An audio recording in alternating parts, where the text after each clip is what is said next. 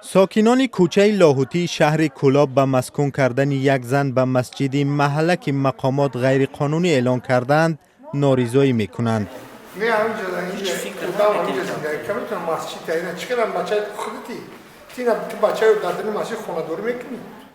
شکریه با 3 فرزندش در یک بینای ناتمام کولاب در جایگاهی لیفت میزیست.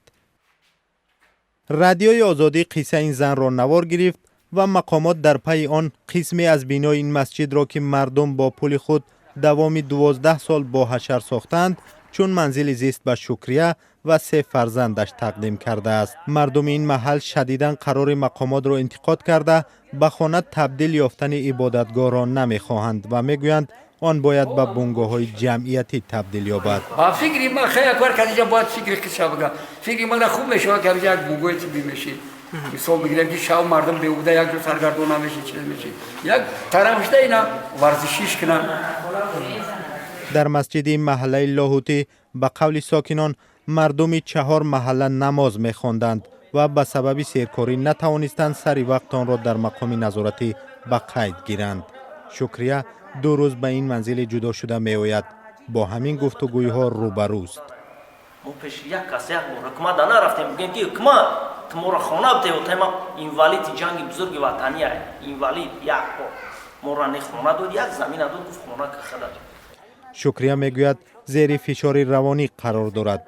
از بس که از بیماری سیل اذیت میکشد 2 روز در این گیرودار بودنش به صحتیش تأثیر کرده است. یکی اینجا که خلق هم مثلا دعوا داره برا داره داره کی میسوله من خیلی دیگه اگه استودان نمیتونم وضعیت دیگه میسو خلق همه نوروزیه من اینجا سرامی کمی پس میگم بلند میگم بچه ها منظم میزنن من میسوله اگون چیزی که قانونی میسوله اگون چیزی شوی که شخصی و قانون که من یاد ناراحت نشم یا عذاب نکشم که.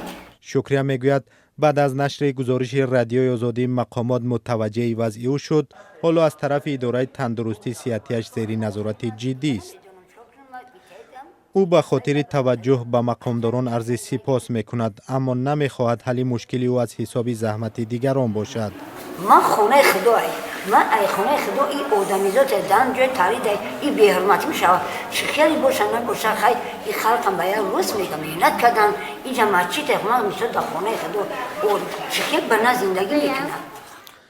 شکریه میخواهد به جای این مسجد برایش زمین بدهند چون این به نظر میرسد که این خواهش او را ساکنان نیز میپسندند و ریزایند در ساختمان خانه به این خانواده کمک رسانند.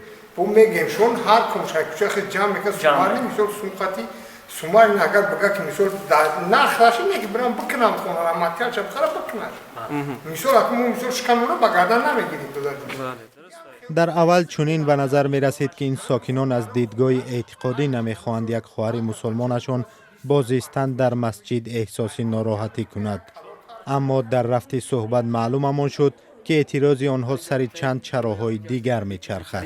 اینجا هم می خونه را اگر برای نگاه کنی در تایی اویلا اینا هم یک خونه که دقیق خیرگاه هده خاتیمه در خونه وایرو را خاتیمه نوخی نبوده کش کلون کسیم چی کسیم اما همون طور که خونه نوخی